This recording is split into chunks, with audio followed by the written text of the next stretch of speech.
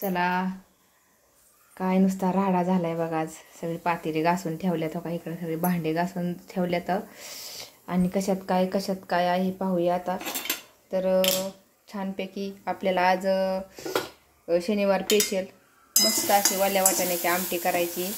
तर सगळ्यात आधी ओले वाटाणे असे छानपैकी बघा कसे गवळे म्हणजे चांगले असे शेंगदाणा भाजतो आपण असे भाजून घ्यायचे. आणि दुसरी गोष्ट म्हणजे आता चांगलं भाजलेलं आहे. तर ह्याला आता गॅस हे बंद करून घेते आणि वाटाणे हे आपले ओतून घ्यायचे. आणि तर मसाला काही काढलेला आहे ते पाहूया. बघा ओतून घेतलं इकडं. छान लगेच शिजतात आणि न तेल नाही टाकलेलं शेंगदाणा भाजतो असं. तर इकडं आपल्याला छान अशी आमटी बनवायची वाटाण्याची. तर हे कांदा आणि टमॅटो चांगला असं काळी आमटी म्हणतात, काळ्या मसाल्यातली आमटी. तर ही छान असा कांदा भाजून घ्यायचा, टमॅटो भाजून घेतलं. इकडं गावरान छान अशी कोथिंबीर असे थोडीशी मिळून यासाठी शेंगदाणे आणि हे आहे खोबरं ह्याचा आता आपलं आणि लसूण आणि 2 आल्याचे तुकडे येतं. इकडे लसूण दिसाना. तर ह्याचा आता मस्त मसाला बनवून घेते मी. आणि आज आपण असं स्पेशल मस्त वाटाण्याची आमटी करायची. तर चला आज लागले स्वयंपाकाला. आज एकटी शेड्यू काढते म्हणून डायरेक्ट भाजीवर हे केला. तर चला आता वाटाण्याची भाजी कशी बनते ते पाहूया आपण. मसाला वाटून घेते मी. तर मस्तपैकी झालं, गिरवी वाटून घेतली चांगली. वाटण म्हणजे सगळं वाटून घेतले काळ्या. तर छानपैकी काळ्या मसाल्यातली वाटाण्याची आमटी असे मस्त छान आपली आजची रेसिपी आहे.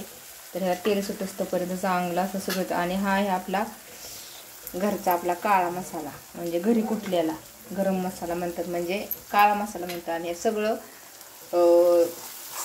बेडगी सगळं गरम मसाला धन वगैरे सगळं असतं. बाकीचं काही जास्त हळकुंड हे जास्त टाकायच्या. वरचं जे आपण मसाला वापरतो ना दुसरं आगार बागार ते टाकायची गरज नाही आहे. थोडीशी नॉर्मल मी ह्याच्यामध्ये तरीचा मसाला टाकते, बिना तिखटाचा बेगडीचा मसाला आहे हा. सगळं आम्ही हा एकदमच डंक्यावरून कुटून आणतो मसाला, वर्षाचा मसाला कुटतो.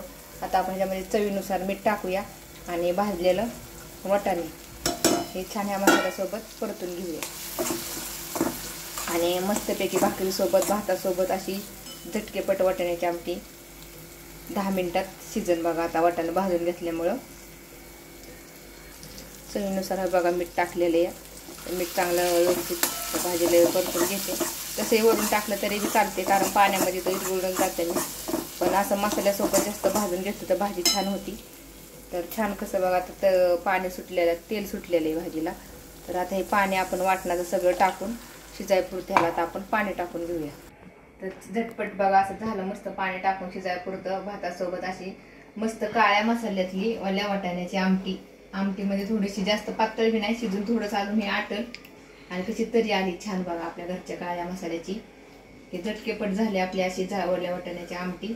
शिजल्यानंतर होणार, पण शिजाय की 10 मिनिटं लागतात. वाटाणे शिजले तुटले की झालं.